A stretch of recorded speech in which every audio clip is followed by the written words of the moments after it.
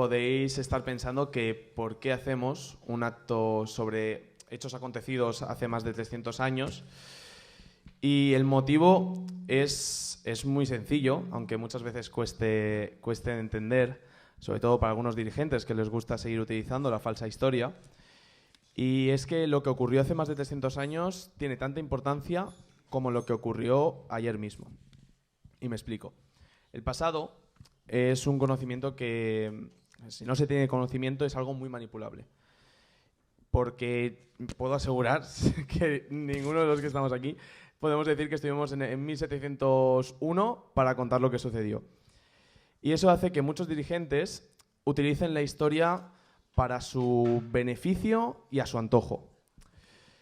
Por eso mismo es tan importante conocerla, porque de esta forma fue como salió la leyenda negra, como mitos, historietas, falsas historias, mentiras, que lo que buscaban era desequilibrar lo que en ese momento era la primera potencia mundial, que era el Imperio Español, aquella España de hace más de 300 años, para buscar un beneficio por parte de aquellos dirigentes, para buscar un odio que hoy en día sigue latente en muchas zonas de Hispanoamérica, en muchas zonas de Europa y en muchos discursos de políticos, gobiernos y dirigentes de todo el mundo. Por eso es tan importante conocer la historia, no solo por un tema cultural y de conocimiento, sino para dejar de caer en esas mentiras que solo buscan desequilibrar España, solo buscan manchar la historia de España y dividir más a los españoles.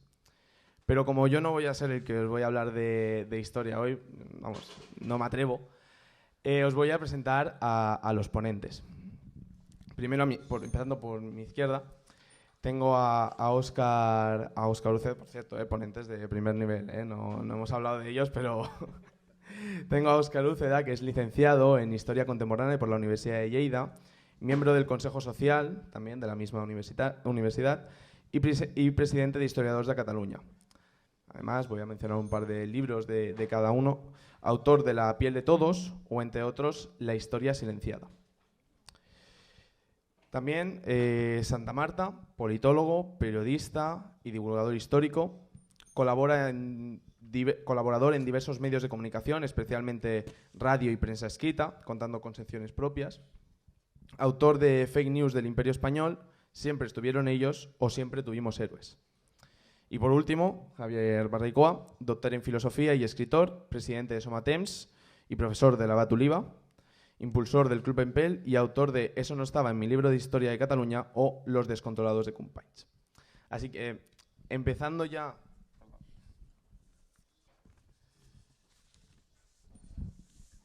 lo que viene siendo el tema histórico, me gustaría empezar con Óscar.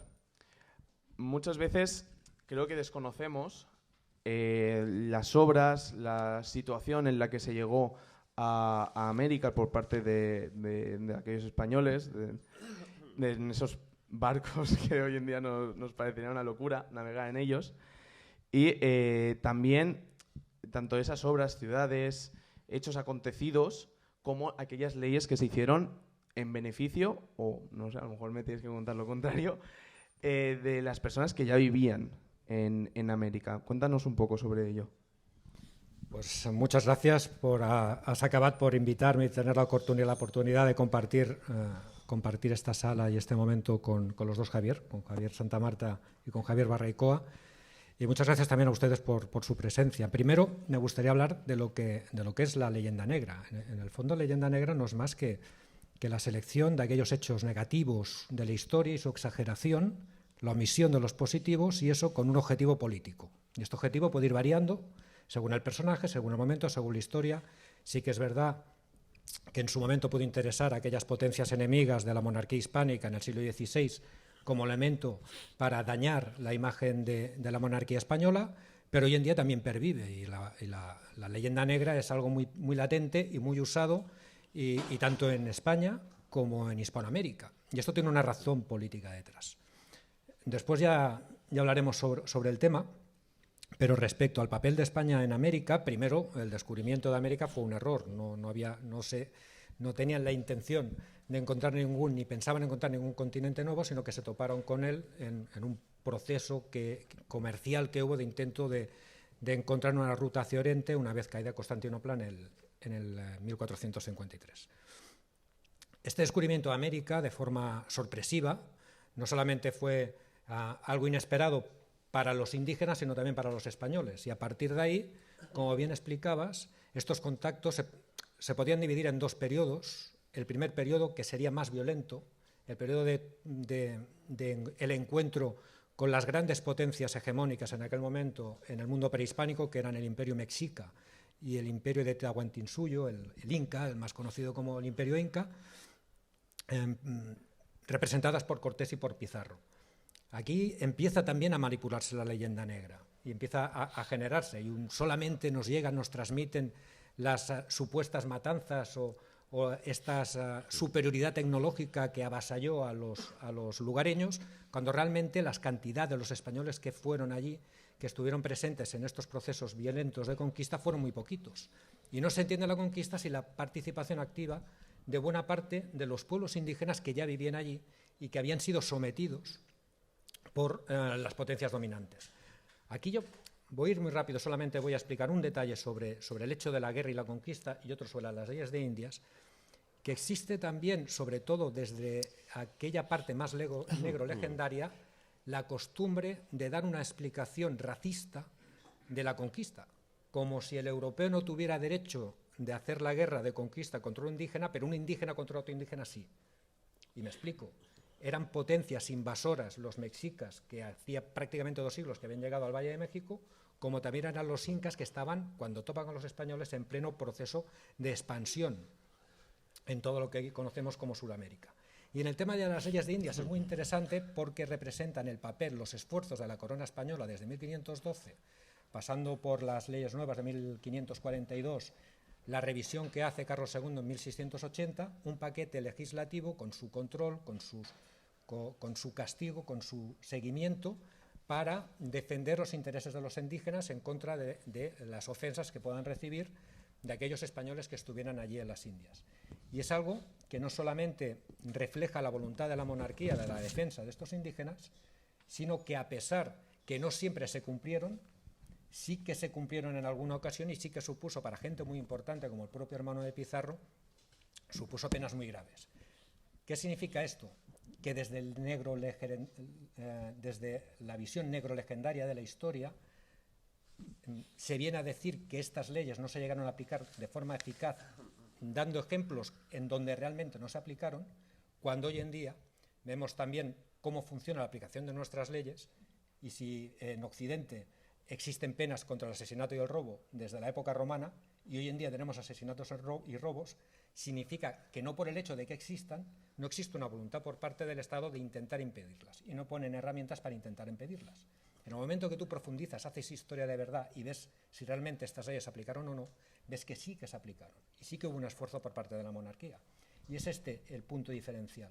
Siempre tenemos, para acabar, siempre tenemos que ser muy cautos a la hora de recibir información sobre nuestro pasado, porque esta información, insisto, nos llega sesgada. Nos llega solamente a la parte negativa y se oculta la parte positiva y esta parte negativa se exagera.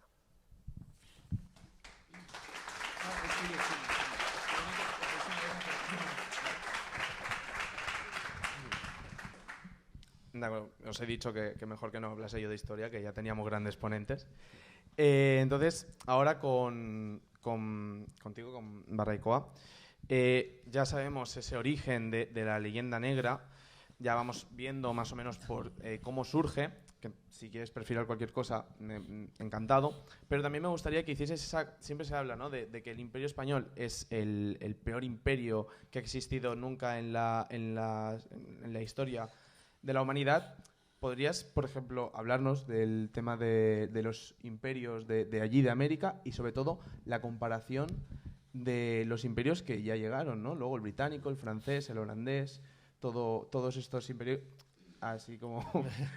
no todos, ¿eh? Geografía universal.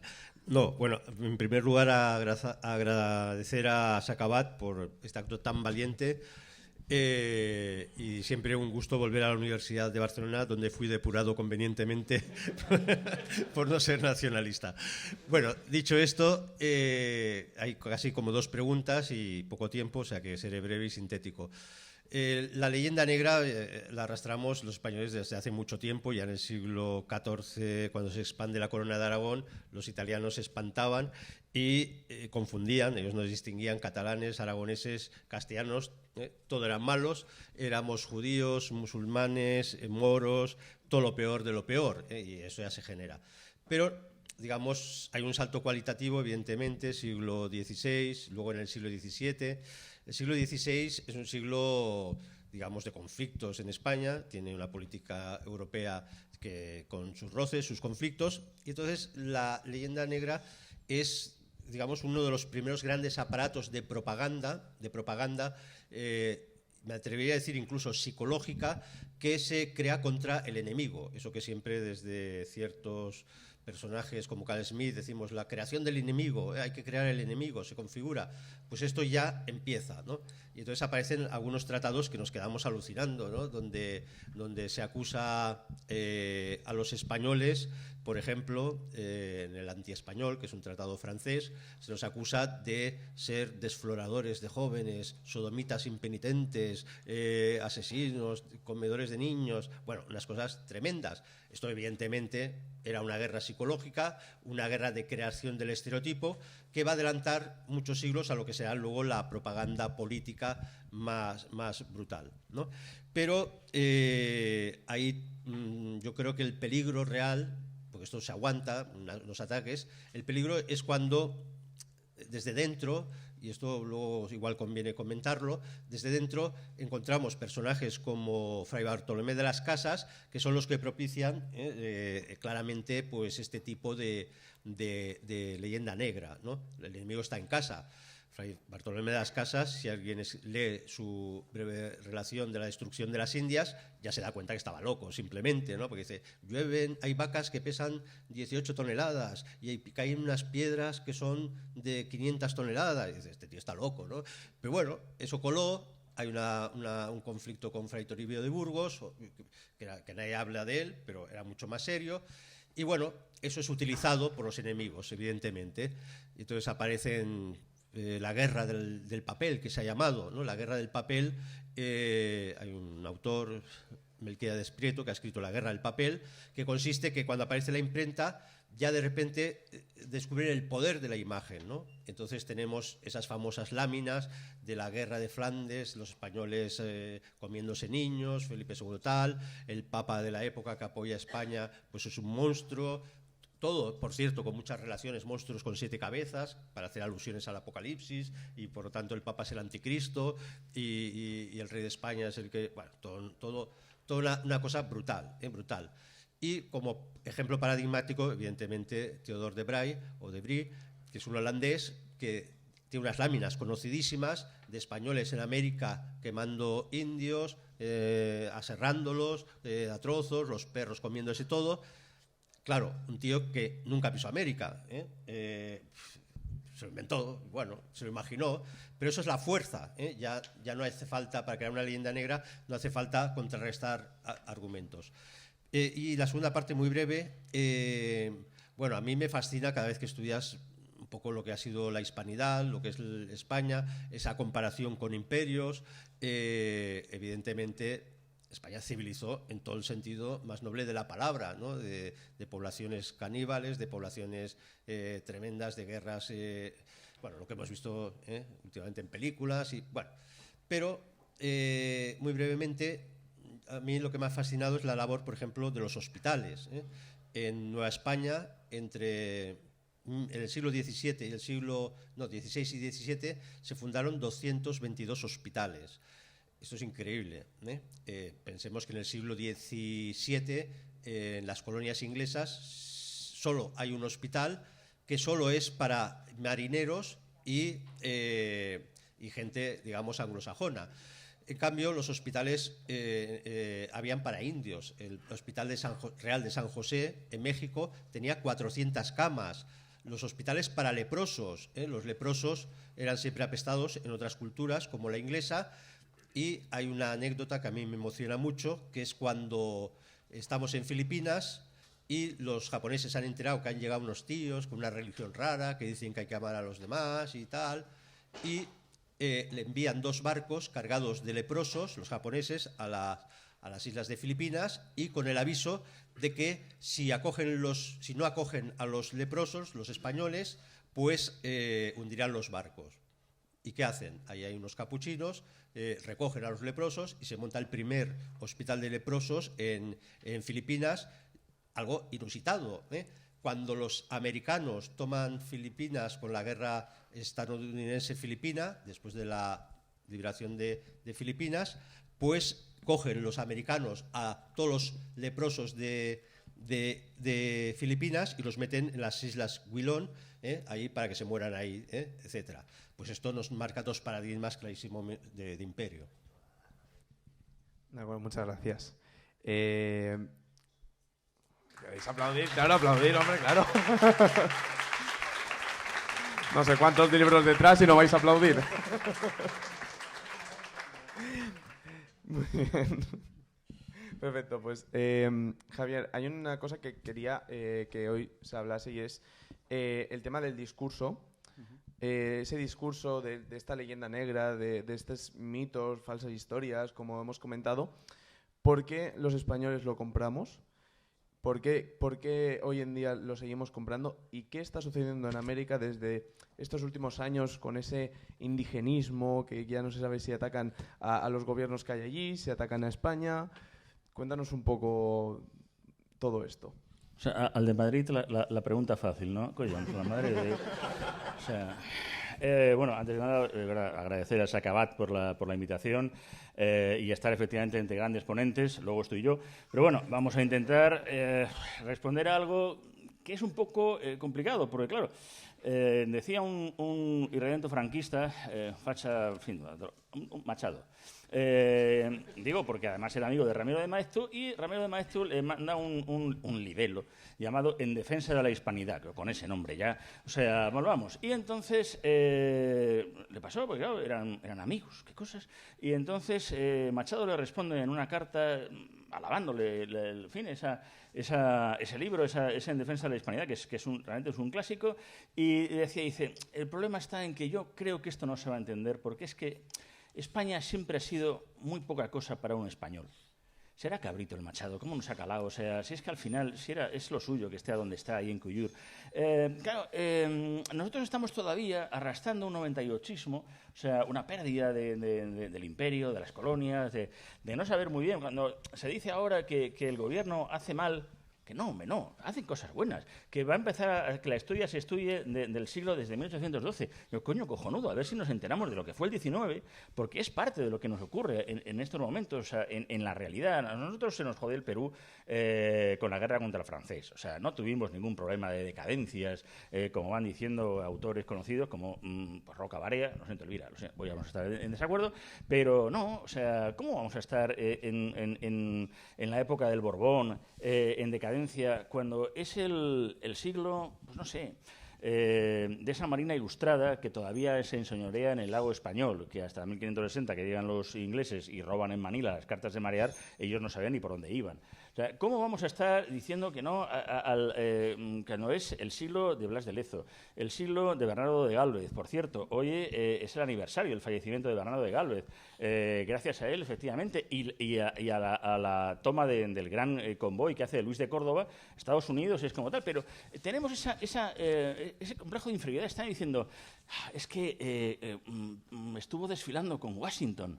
No, Bernardo de Gálvez no desfiló con Washington. Es más, Bernardo de Gálvez despreciaba a Washington. ¿Quién es? Es un perro inglés y tal que se ha rebelado contra su rey. A mí déjame en paz. Si yo estoy aquí luchando a quien me importa. O sea, ¿ustedes quiénes son? 13 colonias. No molesten. Que estamos matando al inglés, que es a lo que estamos nosotros. ¿Qué me va a importar a mí pasear por Washington, desgraciado? O sea, y además no estaba. Si estaba, la van haciendo otras cosas. O sea, pero es que estamos hablando del siglo y del momento dado de la expedición Malaspina a Bustamante, que es por sí. Ya sé que los franceses nos dicen que le ha dado España a la humanidad humanidad, nada, no debemos nada a este pueblo, es lo que dice la entrada de la enciclopedia francesa. Pero los franceses es que nos tienen un poco de manía, son muy suyos, ¿qué se le va a hacer? O sea, ¿qué les voy a decir a ustedes en Cataluña y cuando pueden vienen, coño, y se la quedan? Joder, coño, que váyanse ustedes para el otro lado del Pirineo, a ver si vamos a intentar recoger lo que es nuestro. O sea, que esta parte a lo mejor, en fin, este de Richelieu con sus fronteras naturales nos ha jorobado a los demás. Pero, claro, hoy también es el aniversario del comienzo de la expedición Balmis. La expedición filantrópica de la vacuna. Ese es nuestro siglo XVIII y nos estamos diciendo. Lo que pasa es que nos llega una cosa y efectivamente entre ingleses y franceses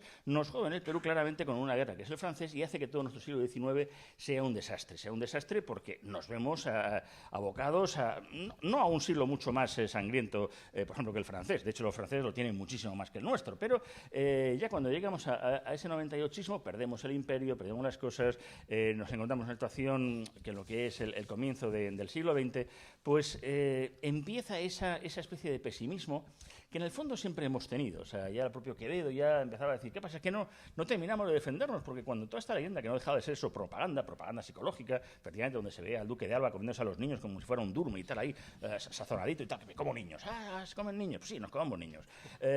Bueno, pues eso realmente no terminaba de importar, pero es verdad que cuando además surge incluso el momento de la hispanidad, que es cuando incluso quiere hacer Cánovas del Castillo, el cuarto centenario, va a hacer que surja ese movimiento hispanista en donde, porque yo soy rápido en las respuestas, como veis, como vamos, el tema del indigenismo no había, más que otra cosa, porque no era un problema. Bueno, era un problema en ciertos sitios, como en Argentina, que es donde se los cargan, o en otros lugares donde se llevan por la conquista.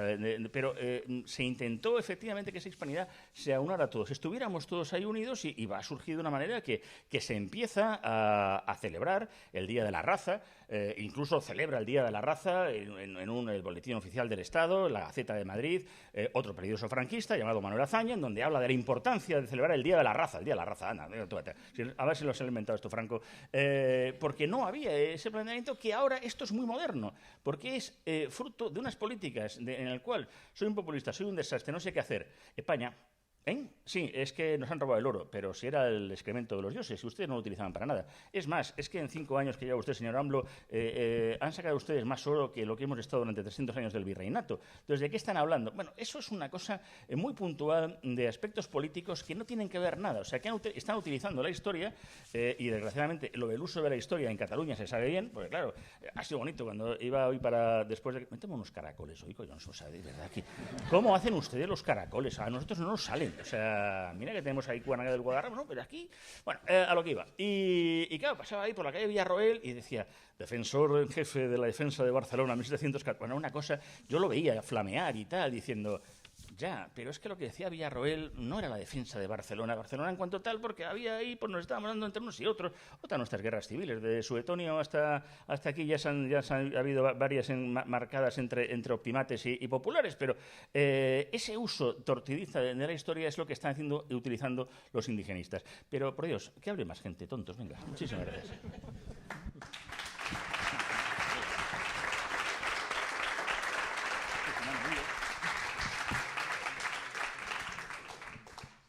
Muy bien, ahora queríamos hacer como un pequeño debate, coloquio entre los tres ponentes. Necesidad, pero... Y con una pregunta yo creo que es bastante abierta, que es, ¿se debe celebrar el 12 de octubre? Me ha tocado. Quien quiera, aquí yo soy un simple moderador. Yo simplemente digo una cosa, dice, no. Pues yo sí. No, pero ¿como fiesta nacional o como qué? Yo como tú, pero te lo explico. Venga, va. No, hace pues unos cuantos añitos en prensa local, cosa curiosa, me publicaron un articulito, Botifler, defendiendo que sí que se tenía que celebrar el 12 de octubre, ¿no? Y para explicarlo siempre me gusta hacer comparativas, es decir, mira este ejemplo donde sí que te parece bien o qué te parecería si se hiciera lo mismo o se arguyera de la misma manera para, por ejemplo, acabar con todo nuestro legado romano. Mi ciudad, la ciudad de Lérida, tiene un pasado antiguo, se llamaba Iltirda en época de los iberos, tenía una población indígena llamada los ilergetas, cuyos tenían un sistema, teníamos moneda propia, teníamos lengua propia, teníamos un sistema político propio, es más, hasta teníamos como los espartanos un doble rey, tenemos 2 reyes, no solo uno. Ya empezamos con los hechos diferenciales, Sí, ¿no? yo Ya, te- no, yo sí, te no, marco, sí, lo veo el tema, venir. No, te ya, marco el ya, tema. vale, vale. O sea, vale. estos éramos nosotros, tenemos una larga historia que aquí en Barcelona no tenéis, ¿no? Pero, bueno, estos señores, llega un momento, estaban en fuego cruzado, en plenas guerras púnicas, cartagineses por un lado, romanos por otro, que al final deciden enfadarse con los romanos y rebelarse contra Roma, ¿no? Y forman una gran alianza de pueblos iberos, se enfrentan contra ellos, eran hombres carismáticos, valientes. A Indíbil le clavan un pilum, que es esas lanzas que salen en el Asterix, que es mitad de hierro, mitad de asta, y lo empalan contra el suelo. El otro consigue escapar, al final, como es una costumbre ibérica, sus propios hombres lo venden a los romanos y acaba crucificado. Mandonio lo crucifican. O sea, nuestros referentes, que si entráis en Lleida, al puente antiguo, veréis la estatua de Indíbil y Mandonio, que no son Indíbil y Mandonio, eran de otros señores, pero de los 40 se lo compraron al escultor que la tenía de saldo y pusieron esa estatua, ¿no? Como los seres locales. Es una historia dramática, hubo una gran represión por parte de Roma, perdimos nuestra lengua, perdimos nuestra cultura, perdimos todo, y sin embargo heredamos la cultura romana, heredamos las leyes romanas, el idioma que ahora hablamos, y tras los romanos vinieron muchos más. Y aquí la gran pregunta es, ¿por qué no hacemos lo mismo que se hace con la hispanidad con la romanidad, o con nuestro pasado latino? ¿Por qué no? ¿Se está haciendo? La verdad es que no. ¿Sí? No, ahí, no, de verdad. Bueno, que yo no sé, o sea, y en más sitios, pero no, de verdad, incluso entrar en la web hay un sitio que se llama Día de la Romanidad, donde se ha empezado precisamente a hablar. Lo que pasa es que no llega aquí porque es que nos cuesta mucho cruzar el Exacto, Ebro. no tiene Tiene pegada, eso. pero se está empezando a hacer, es verdad que está costando, porque o sea, más allá de hacerlo de las guerras cántabras y todo el tema, pero efectivamente celebrar lo que es la romanidad. Pero sí, hay esa La idea. explicación del razonamiento viene. La hispanidad es una realidad innegable. Hay 450 o 500 millones de personas que tienen como lengua materna el español, que es la lengua común. Hay un pasado común, la monarquía hispánica es una institución que pervive, o el Estado español que pervive, y tiene una continuidad desde hace más de 500 años.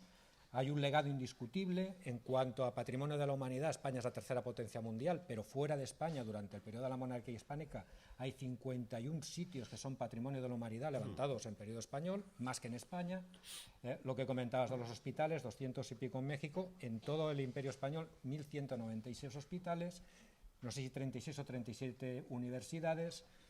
El modelo español lo que tiene de diferente con los modelos más mercantilistas como el británico es que es un modelo inspirado en Roma. Lo que hablamos antes de Roma. En México tiene 17 sitios que son patrimonio de la UNESCO, construidos o levantados durante el periodo español o financiados por la monarquía española, y entre ellos encontramos acueductos, encontramos barrios residenciales, encontramos sitios religiosos. ¿Qué quiere decir? Que el legado es indiscutible y, sin embargo, de esta realidad que pervive, cosa que de Roma pervive algo, pero por ejemplo el idioma solamente los recuerdos, que pervive, se quiere enterrar y se quiere olvidar. Y aquí, para finalizar, voy a lo que he dicho antes de lo que era leyenda negra. Hay una finalidad política diversa. No es la misma la de AMLO que la que pueda tener el separatismo aquí, que sí que hace también y ejercita la leyenda negra. Yo voy a decir una cosa un poco rara y me perdonáis. Igual no se entiende y me apedreáis. Yo creo que el 12 de octubre no se puede celebrar como fiesta nacional, sí como Día de la Hispanidad. Y luego voy a dar un argumento de peso.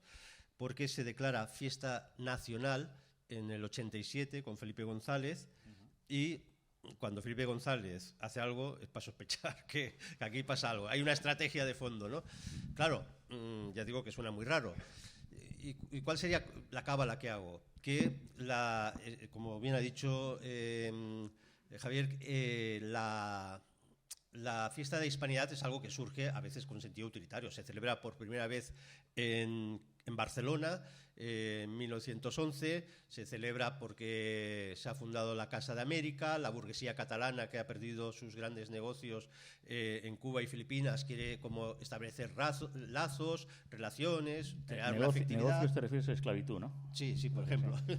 Sí, hombre, es evidente. No solamente el Marqués de Comillas, no. Por eso, no. Fue Rahola, ¿no? No, lo digo que por eso que el principio de la celebración que no es coña, que fue Rahola. Luego la celebración de la Hispanidad toma como dos caminos. Uno, que es más, podríamos decir, de la izquierda, has citado Azaña, Unamuno, gente que en el fondo quiere que la Hispanidad sea un modelo de la república, que ya va a venir, o se intuye que va a venir, y de una unidad de repúblicas donde no hay madre patria, todos somos iguales. Bueno, pero eso va generando poco a poco una reacción y aparece otra idea de hispanidad, se ve muy claro en el 1928, cuando se proclama a la Virgen de Guadalupe patrona de la hispanidad, y de las Españas y de la hispanidad, en una ceremonia de coronación que va Alfonso XIII, con lo cual ya parece que la idea de hispanidad ya no es republicana, sino que quiere representar otra cosa. Aparece la obra de Ramiro de Maeztu, que claramente ya marca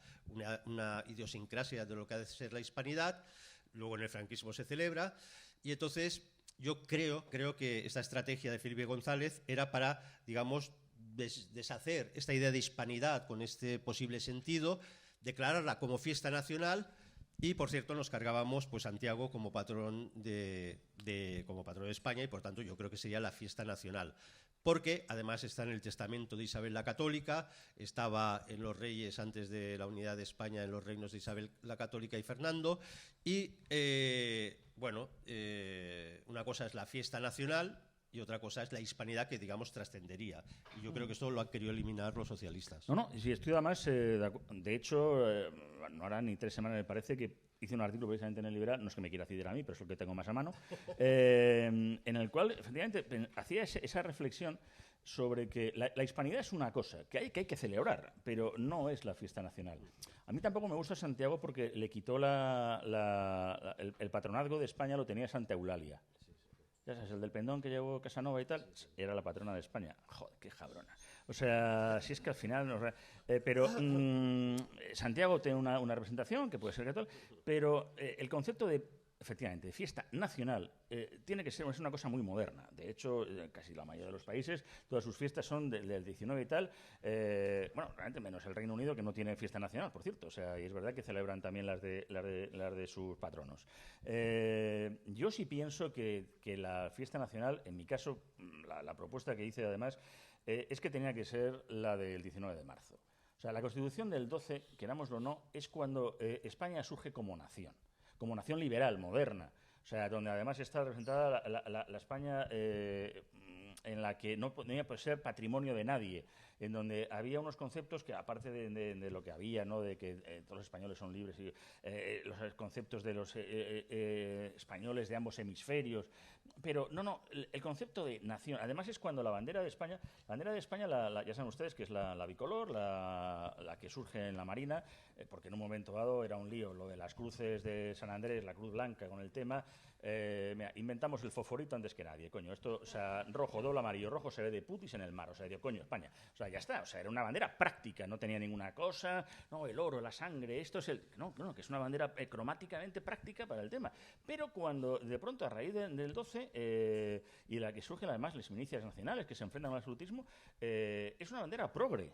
Es una bandera rojilla. O sea, es una bandera que es de liberalismo, que lucha contra el absolutismo de Fernando en 1823. Es la bandera que representa a esa nación. Y por lo tanto, yo creo que sí que es importante el crear eso como concepto de nación. O sea, como somos como nación. Claro, a eso ahí ya nos lleva lo de... Claro, es que antes España no existía. Por supuesto. Ya sabemos que España es un ente que no existe. Por eso, cuando llega Colón a una isla diciendo, ¿cómo me gustan las anchoas, la que tomé ayer en las aceitunas esas?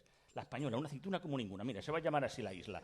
No sé, o llega Cortés a un sitio muy grande y yo digo, esto es como España, pero más grande. Mira, Nueva España, pero si no hay ninguna antigua, da igual. Pero mira, yo la llamo así porque soy así, soy un visionario, ¿no?, de lo que va a venir dentro de unos siglos.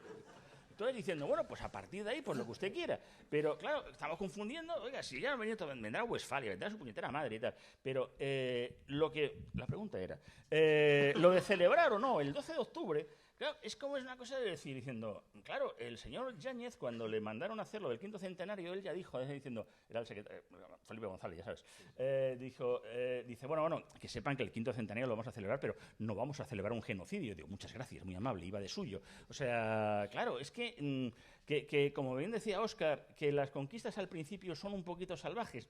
Es lo que tiene las cosas, llegas, matas, bueno, una cosa entretenida, lo que tienen las conquistas, sangre y fuego.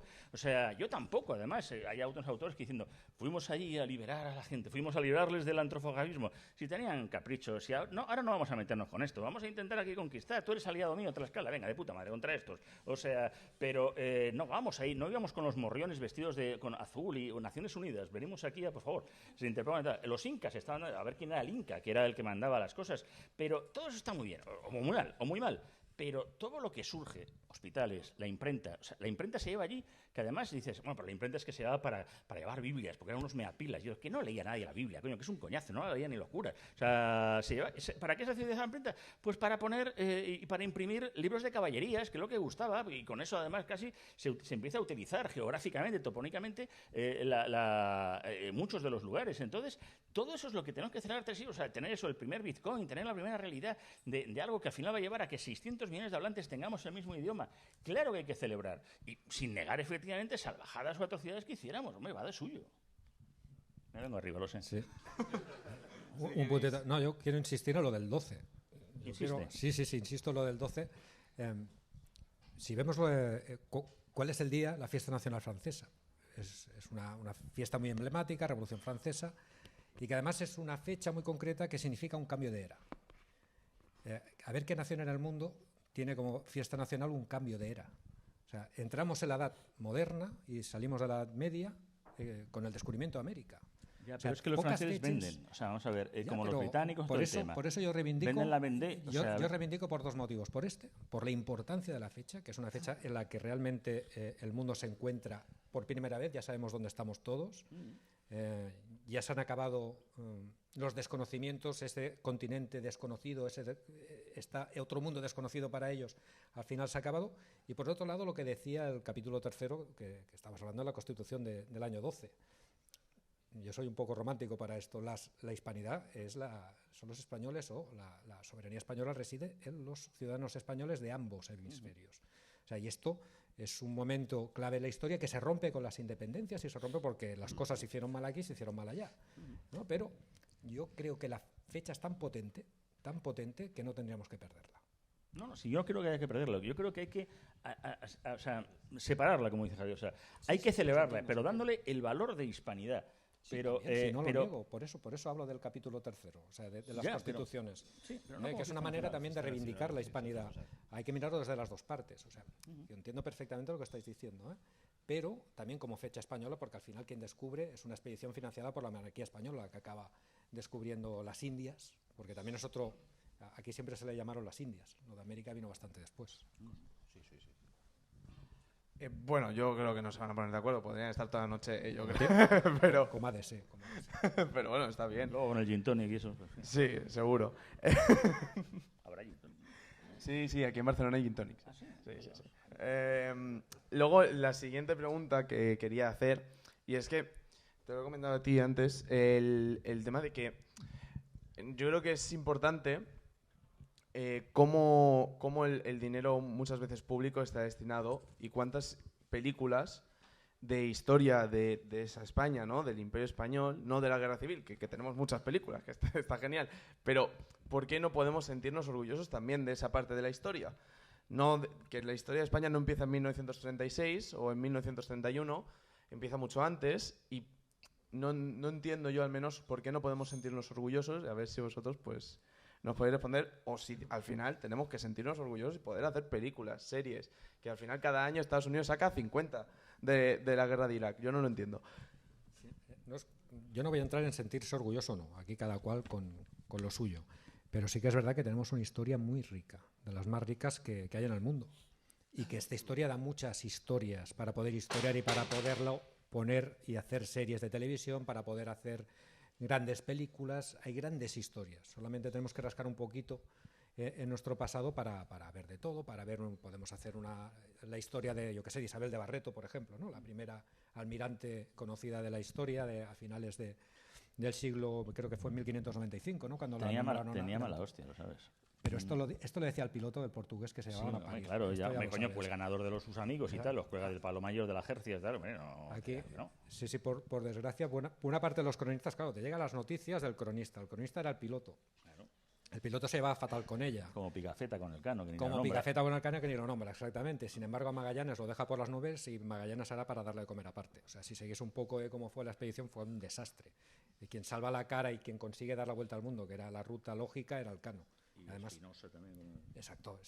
Pero bueno, lo que estaba, que tenemos una historia riquísima, que le podemos sacar mucho jugo. ¿Por qué no se hace? En parte por la leyenda negra. Cada vez que se representa el siglo de oro se pone pues a los españoles, pues no sé, ¿cómo era aquella serie que hicieron de los conquistadores? Que cuando hablan en Conquistador Adventum, sí. Conquistador Adventum, que cuando ellos se espantosa. describen a sí mismos, éramos unos hijos de puta, no sé, que empiezan ellos a describirse poniéndose a parir. Dice, hombre, pues había de todo. Si lees un poco a Bernal Díaz del Castillo, que si alguno tenéis paciencia lo recomiendo, como una historia de primera mano, contada desde un soldado, por un soldado a pie de Hernán Cortés, de cómo fue la conquista de México, pues tienes una visión muy realista y de cómo eran estos soldados, y después también es muy interesante la labor que se hizo después por parte de los frailes españoles de recoger la visión de los indígenas, como Fray Bernardino de Sahagún, como los diferentes cronistas de Indias, que gracias a ellos podemos conocer no solamente la cultura, sino la visión que tuvieron los indígenas de la propia conquista. Entonces, todo esto te da una materia prima que no se quiere explotar, en parte porque es políticamente incorrecto, porque nos hemos comido parte de esta leyenda negra y porque aún no interesa. O sea, y ahora para acabar, o sea, aquí por ejemplo puedo entender que se potencie la leyenda negra. Leyenda negra fue en el año 14 cuando se hizo el simposium de España contra Cataluña. Eso fue leyenda negra. Y con un objetivo político claro se iniciaba el proceso. Pero yo he encontrado mucho neurolegendario en Castilla-La Mancha, por ejemplo. O sea, eso, el tema vende. El tema del genocidio, que pensarlo es una barbaridad, porque no tiene ninguna lógica. Ninguna lógica, es algo muy asumido en la sociedad española, que allí se cometió algo parecido a lo que hicieron los nazis. Y es una auténtica barbaridad. Pues no tiene nada que ver con la realidad, ni con el objetivo, ni lo que quería la corona, ni lo que quería hasta, con perdón, el más cabrito de los encomenderos que fueron allí, cómo se iba a cargar a su materia prima, a su mano de obra. Ya, pero es que en Madrid, por ejemplo, o sea, en Madrid, la capital de España, cuando llegan los ayuntamientos del cambio, lo primero que hacen es cambiar que el día 12 de octubre, en vez de poner la bandera de España o engalanar los balcones correspondientes, sacan la bandera aimara. La bandera aimara, que es como una colcha de estas llena de colorines y que es muy mona, es la bandera de la resistencia indígena, oficial en Bolivia. Bolivia, pues bien, Soledadito de Bolivia, Soledadito boliviano, hay algunos que sabemos de este tipo de canciones raras, pero aparte de esa tontería diciendo, ya, pero es que los aymaras estaban pegándose con los... ¿Esto que has dicho tú, cómo se llamaban los incas? Eran... Tahuantinsuyo. Joder, qué bueno es tener un historiador al lado. Pues con los que Tahuantinsuyo, pues estaban los aymaras que les estaban genocidiando. Y entonces llegan los españoles diciendo, se están ustedes matando, no es por nada. Entonces resulta que esa bandera, que es de la resistencia, de una lucha indígena entre indígenas, va y se convierte en la lucha para decirle, y usted español genocida. Yo digo, si acabo de llegar, ¿qué ha pasado aquí? Se están matando ustedes. O sea, y ahí lo soltamos, y ahí está, y ahí veis, por ejemplo, uno que fuera vicepresidente del gobierno. O sea, antes de que se cortara la coleta, pues no voy a decir quién, porque estas cosas luego, va y aparece y tal, con un brazalete con la bandera aymara. Yo digo, de verdad, o sea... Ahí es donde está la visión racista de la historia que comentaba antes. Ahí Porque es imposible de explicar la conquista o el proceso de expansión de España en América desde un punto de vista racista. Es imposible. Si te lees la visión, por ejemplo, de los tlaxcaltecas, que fueron aliados de Cortés, que metió algunas de sus crónicas, que son de Diego Muñoz Camargo, las metió en el libro este de la visión de los vencidos, que es mal nombrado Visión de los vencidos, porque era la visión de los de Portillo, era la visión de los indígenas. Muñoz Camargo habla de los tlaxcaltecas como vencedores, y cuando Bernal Díaz del Castillo narra cuando cae finalmente México Tenochtitlan, creo que es el 13 de agosto del 22, la masacre que cometen y el saqueo brutal que cometen los tlaxcaltecas en territorio mexica, escandaliza a los propios españoles, porque llevaban muchísimos años siendo parte del menú por los aztecas. O sea, cuando llegan los españoles, el Zompalli, el muro de calaveras, tenía 120.000 cráneos, y se pensaba que era una exageración de los cronistas españoles, hasta que los arqueólogos han encontrado que cuadra. Pero es bonito, porque es el Día de los Muertos de México, y entonces porque llegaban los españoles y... Pues, a ver, que no se los comían a palo seco, que tenían tenían sus recetas y tal. Con patatas, ¿no? Sí, no, yo creo que, por añadir algo, yo creo que estamos castrados psicológicamente o no sé cómo, digamos, por el autoodio. Yo creo que esto es un factor que es digno de ser reseñado, digamos, ante la imposibilidad que tenemos de proyectarnos en nuestra historia y, como bien decías, pues hacer películas fantásticas. Y esto del autoodio, ya lo decía Félix de Azúa, que dice España está enferma de autoodio, ¿no? Entonces, eso ya estaba en los afrancesados, estaba en los ilustrados, ya las ideas ilustradas que dice Donoso Cortés, de que van en los barcos ya del siglo XVIII, por lo tanto con los Borbones, con ideas ya pues más tal. Todo eso va como generando una categoría de hombre, la idea del hombre bueno por naturaleza, aplicada al indio, pero el efecto del autoodio es muy importante analizarlo. Yo siempre cito a Prat de la Riba cuando famosa frase que escribe en la nacionalidad catalana, dice que los catalanes y españoles nos sentíamos españoles y catalanes, pero había que hacer el proyecto nacionalista y para lo cual teníamos que conseguir odiar lo que había de españoles en nosotros. Y entonces dice, la obra nacionalista no la ha hecho el amor, la ha hecho el odio. Lo dice así tan literalmente, se queda tan campante, pero una sociedad que asume esto es una sociedad que se castra intelectualmente, se castra psicológicamente y es casi imposible, digamos, no avergonzarse de una historia que nos podríamos avergonzar. Digo esto porque Patricio Lons, que es un hispanista muy famoso, que ahora está recorriendo España, lo señala muy bien, cómo hay una analogía entre el nacionalismo y el indigenismo. Digamos, en el fondo es buscar una comunidad reprimida que debe ser redimida a través de la autovoluntad y autodeterminación frente a unos opresores que son los españoles, ¿no? Y claro, cuando estas categorías mentales nos dominan, ya están insertadas y no somos incapaces de debatirlas porque ya ni siquiera nos hemos dado cuenta que nos las han metido en la cabeza y nosotros somos los primeros en caer en ese autoodio, o a veces peor, más ridículo, lo que se llama no solo leyenda negra, sino leyenda amarilla. La leyenda amarilla, aparte de la leyenda rosa, la leyenda amarilla es cuando los ingleses vienen aquí a ayudarnos a combatir a Napoleón, ayudarnos entre comillas, pues van creando por toda Europa la leyenda amarilla, que es la España cañí, ¿no? Todo el folclore, tal. Entonces, claro, también te da como una especie de vergüenza, ¿no? Nosotros que somos la farándula y las panderetas y no sé qué. Y entonces, claro, nos han disuelto por todos lados una posibilidad de reflejarnos en nuestra historia, como bien decías, y a partir de ahí consolidar una identidad que te permite un proyecto político, porque al final todos somos políticos y aquí se está jugando evidentemente algo político o geopolítico. Entonces yo creo que estos resortes hay que conocerlos. Pero es que el problema, claro, aquí hubo un ministro de Franco, que era Fraga, que la cagó, porque se inventa una cosa que también nos la hemos creído, lo de España es diferente.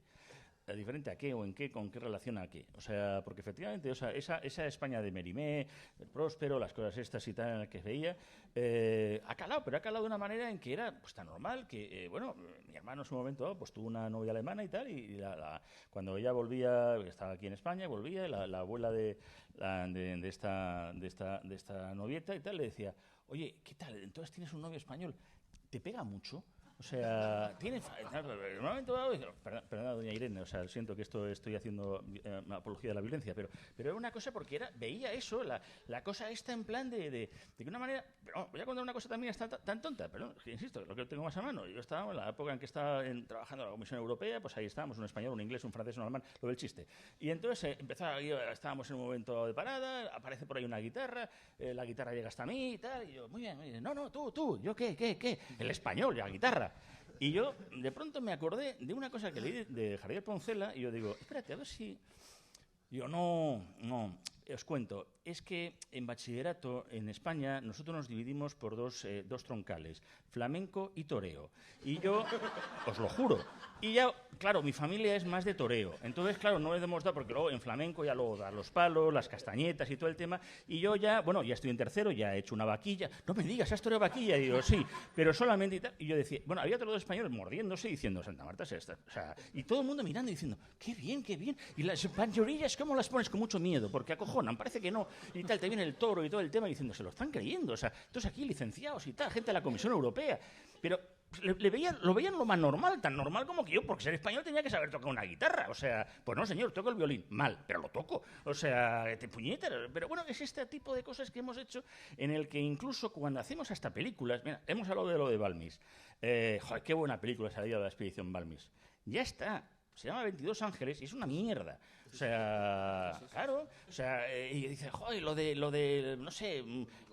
Los últimos de Filipinas, dices la última, ¿no? En la que el cura acaba es un diséptico, el otro no sé qué.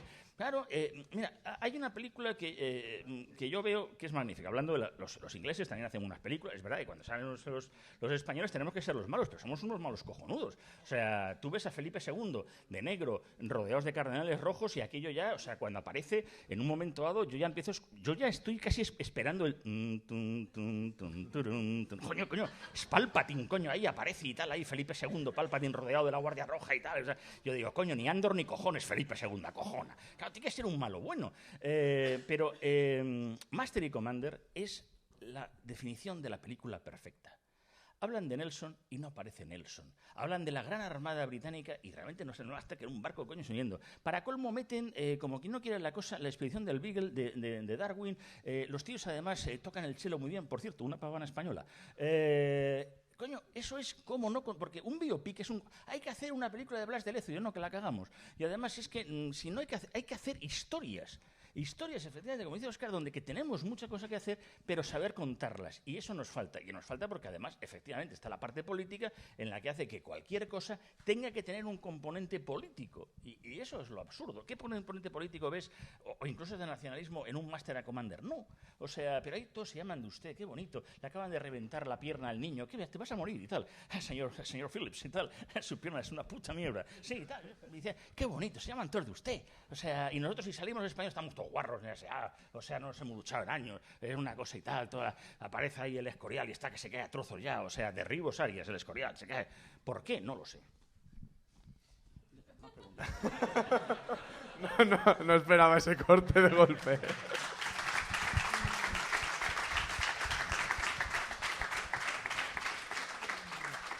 Bueno, a mí me gustaría hablar un poco de lo que viene siendo el acto ya para finalizar.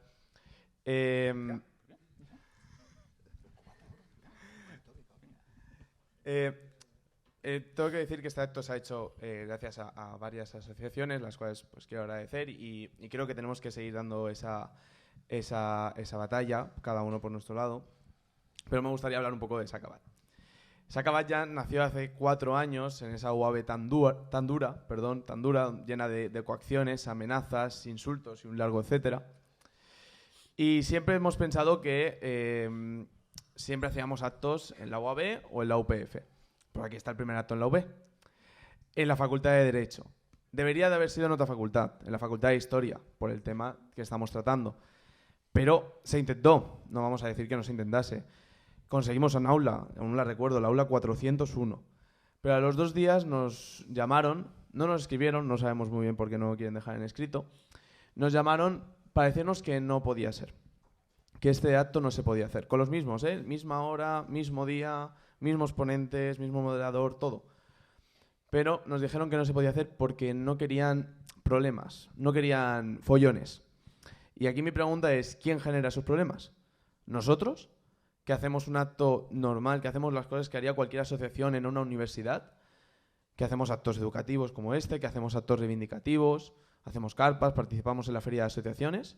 ¿O aquellas asociaciones o sindicatos que lo único que buscan es eliminar a lo que ellos llaman disidencia, eliminar a todo aquel que piensa diferente, que no sigue su corriente ideológica, aquellos que intentan eliminar a aquellos que creemos que la universidad tiene que ser neutral, que no tiene que estar haciendo directamente comunicados vergonzosos cada vez que un grupo o asociación es amenazada o es agredida? Y seguirán amenazando, seguirán coaccionando. Pero eso es bueno. Hoy no han venido, no sé por qué. Es entre semana, no pilla puente. Pero a lo mejor será el Mundial. Ya cojono bastante, parece que no. A lo mejor será el Mundial. Pero si siguen haciéndolo, si siguen amenazando, si siguen insultando, es que lo estamos haciendo bien. Es que lo estamos haciendo bien. y podrán amenazar y coaccionar a profesores, decanos, rectores para que no nos dejen hacer actos. Lo que no se han enterado es que los de Sacabat no nos rendimos jamás. ¡Jamás!